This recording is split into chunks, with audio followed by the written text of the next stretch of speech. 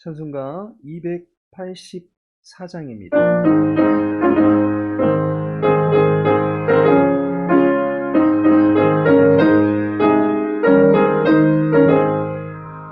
오랫동안 모든 죄 가운데 빠져 더럽기가 하려고 아무 공로 없이 구원함을 얻어 하나님의 자녀 지금 되었네. 주의 그 사랑 한량없도다. 찬송할지어다 예수의 공로. 주의 그 사랑 한량없도다. 찬송할지어다 예수의 공로.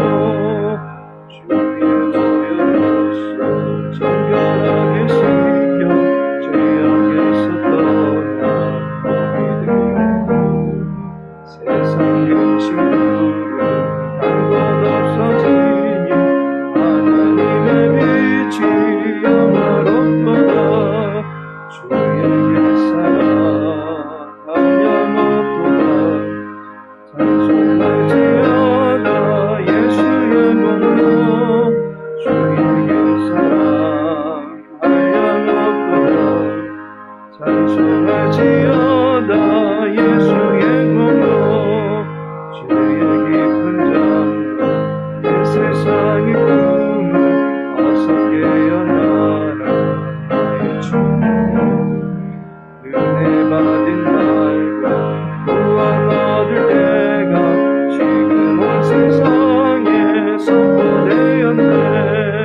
주의 그 사랑 한량없도다.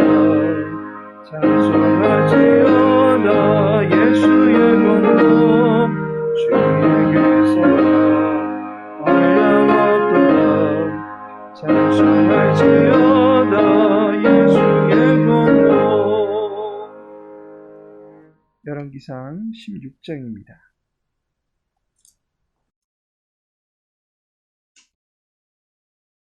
열왕기상 16장 8절에서 14절까지의 말씀입니다.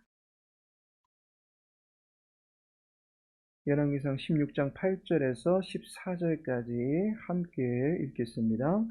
유다의 아사왕 제26년에 바하사의 아들 엘라가 디르사에서 이스라엘의 왕이 되어 2년 동안 그 왕위에 있으니라. 엘라가 디르사에 있어 왕국 맡은 자 아르사의 집에서 마시고 취할 때에 그 신하 곧 병거 절반을 통솔한 지휘관 시므리가 왕을 모반하여 시므리가 들어가서 그를 쳐 죽이고 그를 대신하여 왕이 되니 곧 유다의 아사왕 제27년이라. 시므리가 왕이 되어 왕위에 오를 때에 바하사의 온 집안 사람들을 죽이되 남자는 그의 친족이든지 그의 친구든지 한 사람도 남기지 아니하고 바하사의 온 집을 멸하였는데 선지자 예후를 통하여 바하사를 꾸짖어 하신 여호와의 말씀같이 되었으니 이는 바하사의 모든 죄와 그의 아들 엘라의 죄 때문이라. 그들이 범죄하고 또 이스라엘에게 범죄하게 하여 그들의 헛된 것들로 이스라엘의 하나님 여호와를 노하시게 하였더라. 엘라의 남은 사적과 행한 모든 일은 이스라엘의 왕 역대지략에 기록되지 아니하였느냐. 아멘. 오늘은 본문 통해서 마시고 취할 때에 라는 제목으로 함께 말씀 나누고자 합니다. 매일 뉴스에서는 대선 후보들에 대한 기사가 연일 보도되고 있습니다. 3월 9일 우리나라의 지도자를 세우는 일을 두고 모든 성도님들의 관심이 점점 커져가고 있습니다. 한 나라의 지도자를 선출하는 일을 두고 나라 안에는 기대감도 있겠지만 그에 못지않게 갈등도 심해지고 있는 것을 보게 됩니다. 대선 날짜가 점점 다가오면서 적합한 후보자를 택하는 일을 두고 많은 고민을 하게 될 것입니다. 그만큼 새롭게 선출되는 지도자를 통해서 더 나은 대한민국을 기대하고 계시리라 여겨집니다.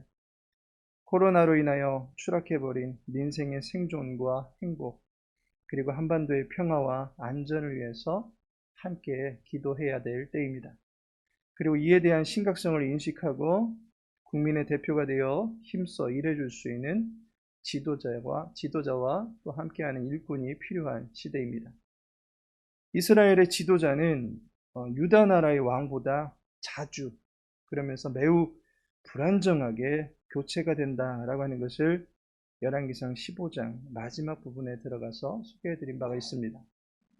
이와 같이 불안정한 북이스라엘의 왕정사는 열왕기상의 뒷부분과 열왕기하 10장까지 계속 이어지고 있습니다. 이스라엘 왕정사의 왕은 유다 왕국과 달리 단명하여 빨리 교체되거나 악한 길에서 돌이키지 아니하고 악에다가 악을 더하는 식의 악습만 더해갑니다. 그로 인해서 사회적 분위기는 완전히 폭망이라고 표현할 정도로 모든 것이 일그러져 버리는 사회가 되어가고 있습니다. 이 모든 것이 지도자의 부덕함 때문입니다. 그 밥에 그 나물만 차려놓는 격이 계속 이어지고 있습니다. 오늘 본문에서도 바하사와 엘라 그리고 시므리 3명의 왕이 언급이 되고 있습니다. 바하사와 엘라는 13절에서 보듯이 그들이 범죄하고 또 이스라엘에게 범죄하게 하여 그들의 헛된 것들로 이스라엘의 하나님 여호와를 노하시게 하였더라라고 말하고 있습니다. 세습하면서 죄된 것까지 물려주는 모습이 나타납니다. 또 다른 사람 시므리는 사실 왕은 아닙니다. 그는 모반자입니다. 그럼에도 15절에서 7일 동안 왕이 되었다라고 하니 한 명의 왕이다라고 봅니다. 그런데 그는 어떠합니까?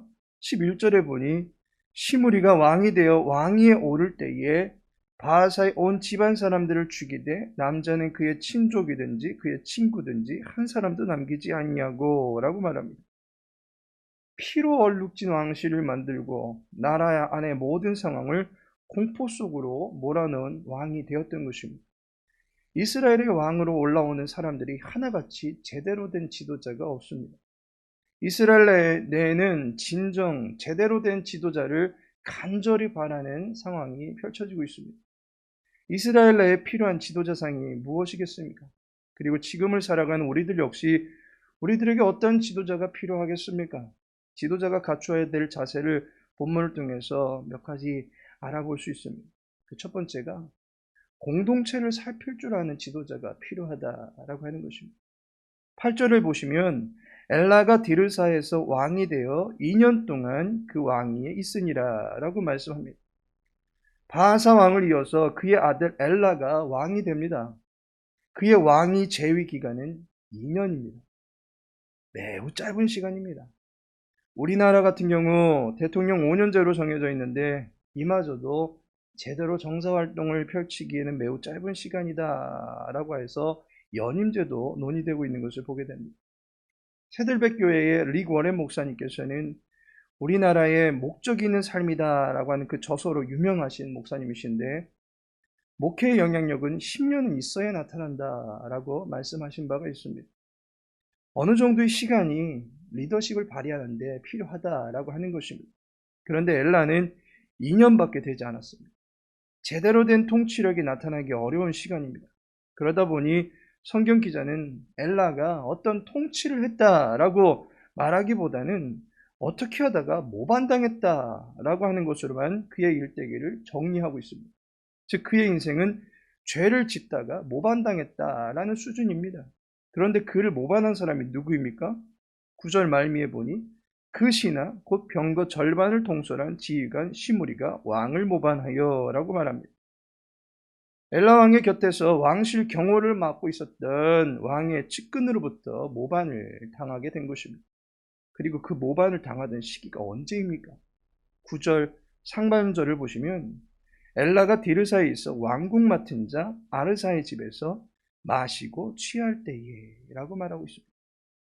왕실에서 마시고 취하고 있었다라고 하는 것입니다. 이후에 나오는 15절을 참고해 보면 이때는 이 시기는 블레셋과 전쟁을 하고 있던 시기입니다. 한편에서는 전쟁을 준비하고 있는 상황인데 중앙에서는 술잔치를 벌이고 있다라고 하는 것은 거의 따로국밥 수준인 것입니다. 로마서 12장 15절을 보시면 즐거워하는 자들과 함께 즐거워하고 우는 자들과 함께 울라라고 말씀하고 있습니다. 지도자는 공동체와 운명을 함께하는 사람입니다. 공동체가 있기 때문에 지도자가 필요한 것이지 공동체가 없는데 지도자가 있어 본들 무슨 소용이 있겠습니까? 지도자는 공동체의 필요가 무엇인지 살피고 공동체의 사정을 헤아릴 수 있는 안목을 가질 수 있어야만 하는 것입니다. 그렇지 않으면 시므리와 같이 지도자의 자질에 대해 반감을 갖고 모반의식을 키우는 사람을 길러낼 수밖에 없는 것입니다. 두 번째로는 가정을 살필 줄 아는 지도자가 이스라엘에는 필요했다라고 하는 것입니다. 지도자는 자신의 가정을 살피는 일에도 등한시해서는 안 될 것입니다. 이스라엘의 왕위는 가족 세습이 되는 경우가 드물었습니다. 일례로 바하사 같은 경우에도 여로보암을 이어서 나답으로 세습이 되었습니다. 그러나 바하사가 모반을 일으킴으로써 왕이 다른 가문에서 취하게 되는 것을 보게 됩니다. 그리고 이후 바하사의 아들 엘라가 세습을 하게 되었는데 오늘 읽은 본문에 등장하는 시므리가 모반함으로써 또다시 다른 가문으로 왕위가 넘겨지는 것을 보게 됩니다. 시므리는 7일간 자칭 왕으로 있다가 오므리에게 빼앗기는 식이 되어버렸습니다. 왕위가 이어같이 평탄하게 이어지지 않는 이유 중에 하나는 여호와께서 가문이 벌이는 죄의 행태들을 심판하고 계시기 때문입니다. 12절을 보시면 바하사의 온 집을 멸하였는데 선지자 예후를 통하여 바하사를 꾸짖어 하신 여호와의 말씀같이 되었으니 라고 말하고 있습니다. 바하사의 온 집이 여호와의 말씀에 의해서 심판을 받게 되었다라고 말하고 있습니다. 심판의 이유가 13절에 나옵니다.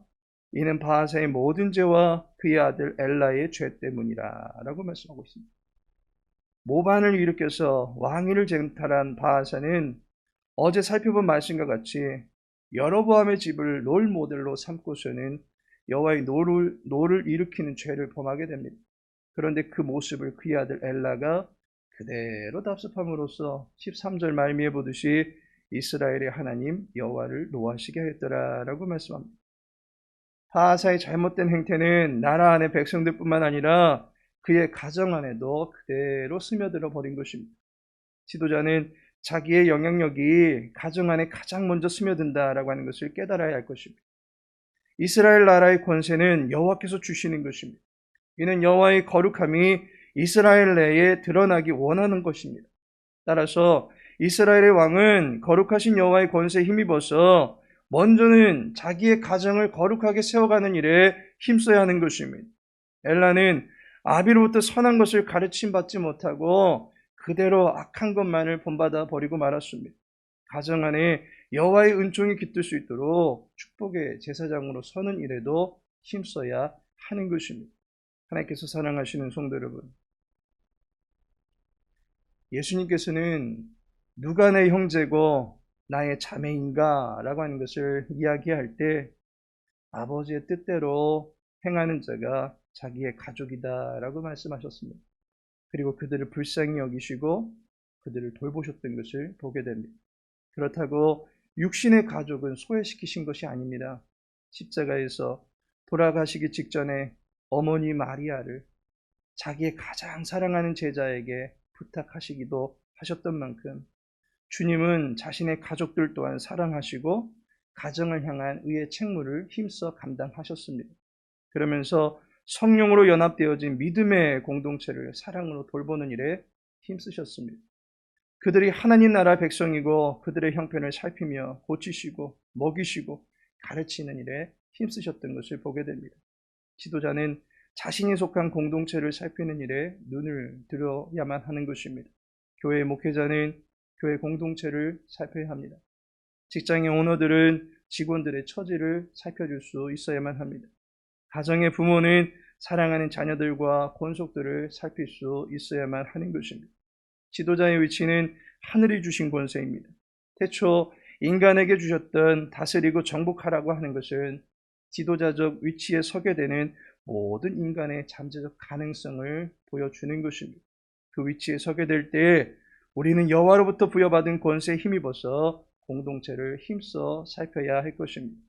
오늘 내게 주신 공동체가 어디인지 돌아보시고 덕스럽게 가정과 공동체를 사랑으로 섬겨 나가실 수 있는 저와 여러분 되어지기를 소망하며 그 공동체 안에 평화와 행복과 안정이 깃들게 되어지기를 예수님의 이름으로 축복합니다. 다 같이 기도합니다.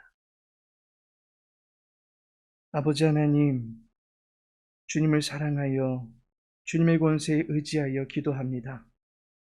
기도의 문을 열어주시어서 아버지의 뜻이 오늘 우리의 삶 속에서 이루어지기를 간절히 구할 때에 우리 모두를 다스려 주시옵소서. 또한 이 나라 이 민족을 다스려 주시옵소서. 대선을 앞두고 있는 상황입니다. 이 나라를 돌보아 주옵소서. 지도자를 세우는 일에 국론이 분열되지 않게 하시고 화합을 기대하며 평화와 행복을 기대할 수 있게 하옵소서. 권세자를 들어 쓰시는 하나님의 긍휼과 은총이 이 민족 위에 펼쳐지게 하옵소서.